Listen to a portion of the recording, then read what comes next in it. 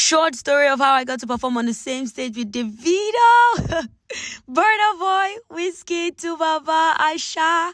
Yes! God, I'm so excited. Guys, it took a million takes. Okay, fine, Havfy, calm down. Okay, yes.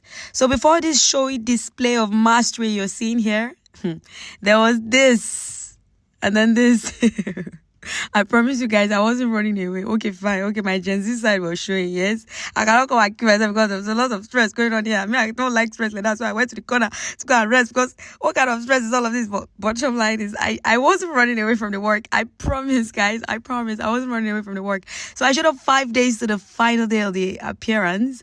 And I was like running late for everything. I was behind schedule and I needed to just watch everyone do their thing and know where I'm coming. So Dr. Havfy was covering up for me. She's the project director, like she's the director, the creative director for this particular scene. She created everything in her head, brought everyone together to make it work out, and she's so brilliant. What she was able to create is so magical, and I'm so excited that I was part of this. So yeah, bottom line is, yes, this is me at the corner watching everything and trying to catch up to everything that I've lost, all the time I've lost.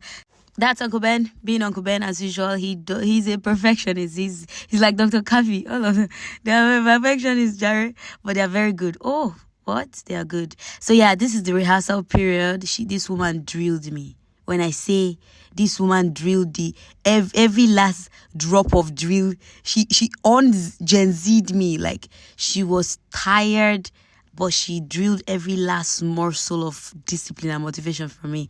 And I believe it turned out well. Towards the end of this particular rehearsal, I had to hug her and apologize. I had to tell her that, oh, Mama, I'm sorry, it's not intentional. And then she had to like tell me to put my head in the game because I kept laughing throughout. I was just making a joke of it, but she was trying to remind me that this is a big deal. She didn't tell me that Davido, wizkid, and Burna Boy and Tubaba was going to be there now.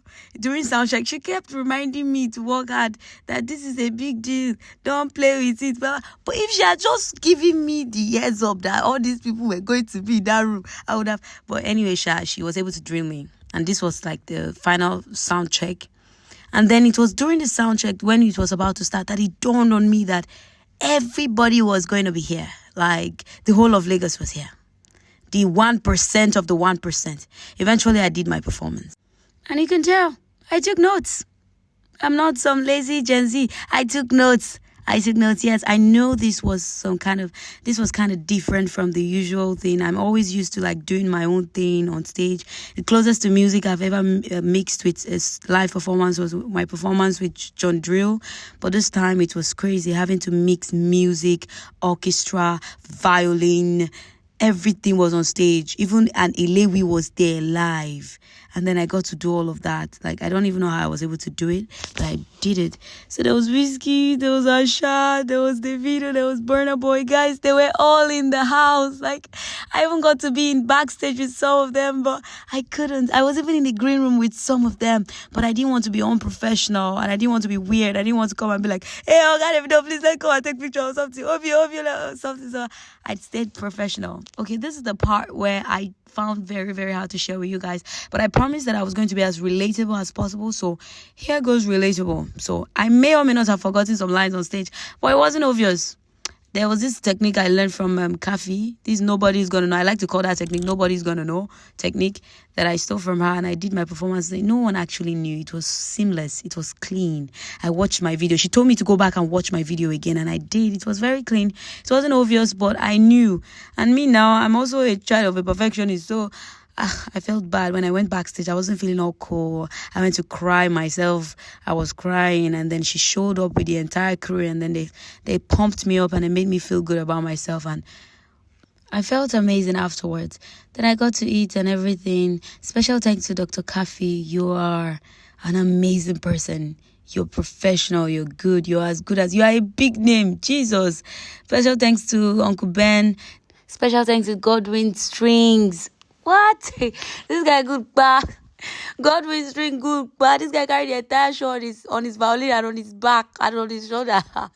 I am so honored to have worked with so many professionals on stage. Like, special thanks to him because he was very supportive backstage. Like, you should see him. He's very amazing. And special thanks to the entire Havfy dance crew. Like, it was such an amazing experience. Like, I stretched like a rubber.